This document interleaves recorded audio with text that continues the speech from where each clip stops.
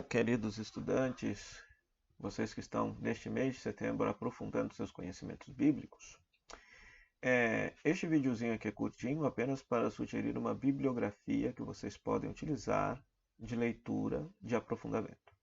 Além daquela apostilazinha, aquele texto do CEBI que nós vamos jogar a cada tópico, ou seja, na medida que a gente for percorrendo a história de Israel. Então, nós temos aí como sugestão estes textos que são muito pertinentes. O primeiro é do padre Eduardo Arens, A Bíblia Sem Mitos, uma introdução crítica, da editora Paulus. Se trata de uma leitura densa, aprofundada, que todo estudante da Bíblia que deseja conhecer criticamente como se deu o processo da confecção da Bíblia, a inspiração da Bíblia, etc., precisa ter esse livro em mãos, A Bíblia Sem Mitos. Um outro que vai na mesma linha é este aqui, A Bíblia, Sua Origem e Sua Leitura, do padre Johann Konings, da editora Vozes. Este aqui, ele possui uma linguagem mais fácil, mais acessível. Eu aconselharia você começar com o do Konings primeiro e depois passar para o texto do padre Eduardo Arens. A mesma coisa, esses textos servem como uma introdução à Bíblia, uma introdução à Sagrada Escritura. O livro do meio é da editora Loyola, Leia a Bíblia como Literatura. Então, é do professor padre Cássio Murilo Dias da Silva.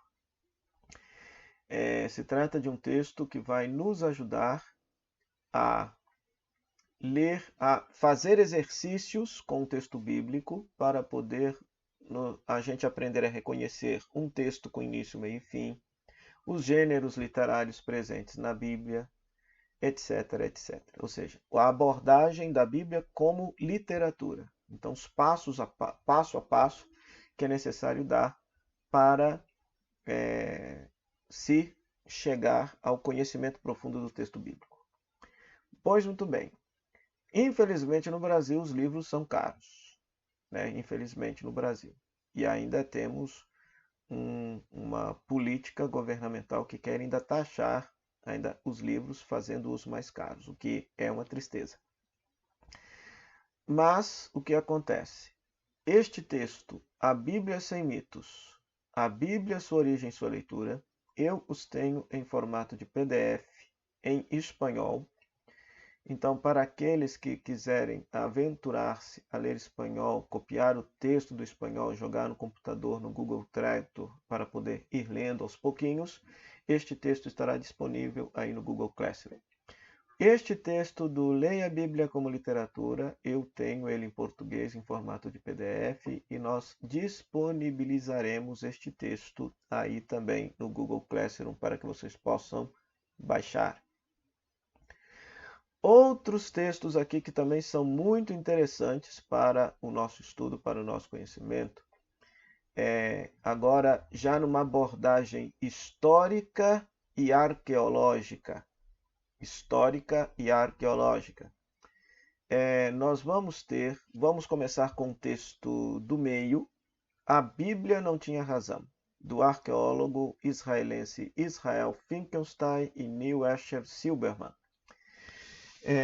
Ele propõe uma nova história de Israel a partir das novas evidências arqueológicas. Então é um texto muito interessante. O título é sugestivo, porque o título em português veio para rebater um outro texto mais antigo chamado E a Bíblia Tinha Razão, que é um texto de um arqueólogo norte-americano que, utilizando técnicas não tanto quanto científicas, ele tentou pretender mostrar a veracidade da Bíblia com artefatos arqueológicos.